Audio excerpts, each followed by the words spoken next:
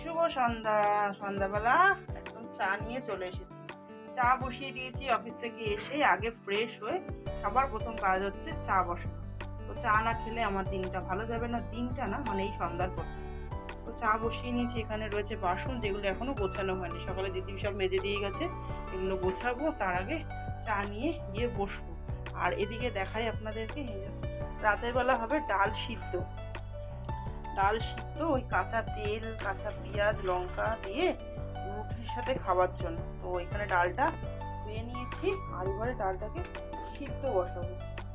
তো এখানে ডালটা সিদ্ধ বসিয়ে দিয়ে ডালটা সিদ্ধ হোক, ততক্ষণ আমি ঘরে গিয়ে চা খেয়ে তারপর বাদ বাকি ভাবনা চিন্তা করবো যে আজকে কী রান্নাবান্না করবো, মানে কালকের জন্য। ডালটা কোনো আরেকবার ধুতে হবে, দুবার ধুয়েছি, তাও যেন ডালটা থেকে ময়লা মতন বেরোচ্ছে। তো ডালটা বসিয়ে দিই। ডালটা বসিয়ে দিয়েছি, একটু তেল দিয়ে দিয়েছি। তো ডালটা সিদ্ধ বসিয়ে দিয়েছি। এই যে আমার চা। তো চা নিয়ে এবার ঘরে যাওয়ার পালা। ঘরে প্রচুর কাজ রয়েছে। ঘরে চারিদিকে শুধু জামা কাপড় দেখতে পাবেন আপনি। এই যে সকাল থেকে যা শুকনো করা হয় সেগুলো সব ভাঁজ করতে হবে।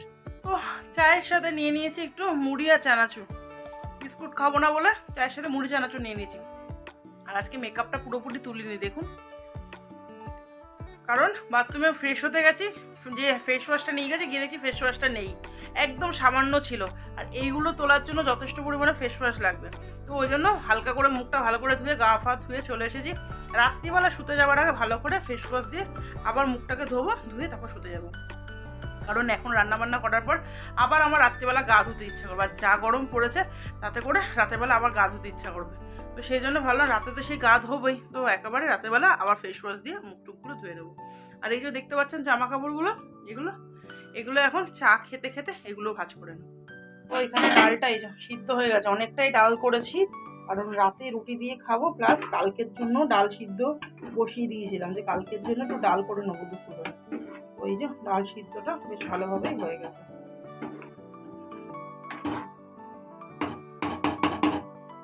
কালকে যেহেতু অনেক কিছু ভালো মন্দ খেয়েছি, মাংস ছিল, মাছ ছিল, মাছের তেলের বড়া ছিল, ওই জন্য আজকে একটু হালকার ওপর থেকে খাওয়া দাওয়া রাখার চেষ্টা করছি, যাতে একটু ভালো লাগে। মানে হয় না, কালকে অনেক হেভি খাওয়া দাওয়া হয়েছে, ওই জন্য আজকে একদম ডাল সিদ্ধ দিয়ে রাতের ডিনারটা করে ফেলবো। আর মানে কালকের জন্য কি রান্না বান্না করবো সেটা এখনো পর্যন্ত ভেবে উঠিনি, তবে ডাল করবো এটুকুনি শিওর, যেহেতু ডালটা সিদ্ধ করে রেখেছি। এবারে বাদ বাকি কিছু রান্না করবো কি না করবো সেটা প্রভু আসুক। যদি বাজারে যাই তাহলে বাজার করে আনবো কালকের জন্য, আর যদি বাজার না করে তাহলে কালকে ওই ডাল, আলু ভাতে, ডিমের অমলেট এরকমই কিছু একটা রান্না বান্না করে চালিয়ে দেবো। বলতে বলতে প্রভু এসেও গেছে মনে হয়। হ্যাঁ, এসে গেছে। এখানে এই যে একটু আগে তো নিজে চা খেলাম, এখন যেহেতু প্রভু এসছে তাই প্রভুর জন্য একটু চা বসিয়েছি। তো প্রভু খাবে একা, তার সাথে আমাকেও খেতে হবে। তো চলুন চা বানিয়ে নিই। তো এখানে চা নিয়ে নিয়েছি, এটা প্রভুর চা, একটু চিনি দিয়েছি। আর আমি তো গুড় দিয়ে চা খাই, কিন্তু এখন আর গুড় দেবো না, এখন এমনি শুধু চিনি ছাড়াই চা নিয়ে নিয়েছি। সামনে পুজো, তাই একটু তো ডায়েটিং করতে হয় বলুন। তো চলুন মিলেমিশে চা খেলে চায়ের স্বাদটা আরও বেড়ে যায়। তো বললাম একটু বাজারে যাব, তো একটু রেডি হয়ে নিয়েছি। ঘড়ির কাটা 8:30 বাজে, দেখি বাজারে কিছু পাই নাকি। আর ওই যে পরীক্ষা পড়তে বলেছি, পড়াশোনার নাম নেই। না বকো না বেশি, পড়ো তুমি। কি বলো? 800 থেকে আবার 800 চলে গেল। 800 করে বললে এক্ষুনি।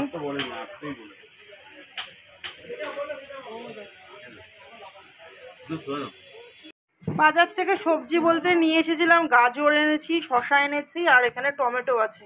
আর প্রভু এই যে শাক নিয়ে বসে পড়েছে, শাক কাটা হবে, কালকে সকালবেলা হবে শাক ভাজি। তো লাল শাক নিয়ে এসেছি, লাল শাকটা প্রভু কেটে দেবে ঝটপট করে, আমি ঝটপট করে রান্না বসিয়ে নেবো। আর এখানে এই যে সবজিপত্র, আর কি মাছ এনেছে চলুন রান্নাঘরে দেখাই। বাজারে যাওয়া হয় না যখন, তখন কি রান্না করব করতে থাকি। আর যখন বাজারে যাই তখন কি নেব ভাবতে থাকি, এই হচ্ছে সমস্যা। তো ঘরে একদমই মাছ ছিল না, তো বাজারে গিয়ে যখন পেলাম অনেক রকমের মাছ, তখন আর লোভ সামলাতে পারলাম না। আর সবথেকে বড় কথা কী বলুন তো, এই মাছ যা নিয়ে এসছে আমাদের মোটামুটি 1 সপ্তাহ বেশিই চলে যাবে। তো অনেক রকমের মাছ এনেছি এখানে, তো চলুন দেখাই কী কী মাছ এনেছি। এখানে আছে কাতলা মাছটা এতটা ভালো ছিল, পুরো টাটকা ছিল, তার সাথে একটু তেলও ছিল। আর নিয়েছিলাম পাবদা মাছ, আর এখানে নিয়েছিলাম ইলিশ মাছ। তো ইলিশ মাছটা নিয়েছি ডিম ভর্তি পেটে একদম, কিন্তু ডিমওয়ালা মাছ মনে হয় না খুব একটা খেতে ভালো হবে। এর আগেও খেয়েছি, কিন্তু অত একটা স্বাদ হয়নি। আমাদের ঘরে প্রভু আর ছেলে দুজনেই কিন্তু ইলিশ মাছ খাওয়ার পোকা। মানে দুজনকে ইলিশ মাছের যা রেসিপি করে দেবেন দুজন একদম মুখ বুজে খেয়ে নেবে। বাবান একটু ঝামেলা করে, কারণ বাবানের একটু সর্ষে বাটাটাই বেশি প্রিয়। কিন্তু এখন ইদানিং কি হয়েছে, বেগুনের যদি ঝোলও করে দিই সেটাও কিন্তু বাবান চুপচাপ খেয়ে নেয়। তো যাই হোক, এখানে মাছগুলো ভাজতে বসিয়ে দিয়েছি। মাছটা ওদিকে বসিয়ে দিয়েছিলাম, মাছটা করে নিয়েছি। আর এদিকে শাকটা ভাজা বসিয়ে দিয়েছি। প্রভু কেটে দিলেও হাতে হাতে করে দিলে না খুব সহজেই খুব তাড়াতাড়ি কিন্তু কাজবাজগুলো করে নেওয়া যায়। আর এই যে ডাল সিদ্ধটা, কাঁচা তেল, কাঁচা পেঁয়াজ, কাঁচা লঙ্কা, তো এইটাই হচ্ছে আজকে আমাদের রাতের ডিনার, রুটি আর তার সাথে ডাল সিদ্ধ।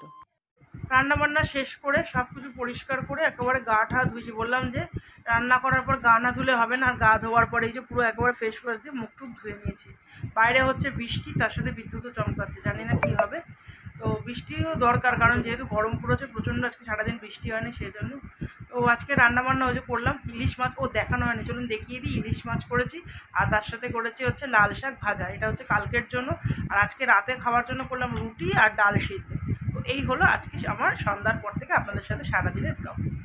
এই যে ইলিশ মাছ সর্ষে পোস্ত দিয়ে রান্না করেছি, আর এখানে রয়েছে শাক ভাজা। আবার এই কড়াই ধরেই রাখলাম, কড়াই ধরে সকালবেলা গরম করে নিলে ব্যাস হয়ে যাবে। আজকের মতো ভিডিওটা এখানে রাখছি। So tata, good night.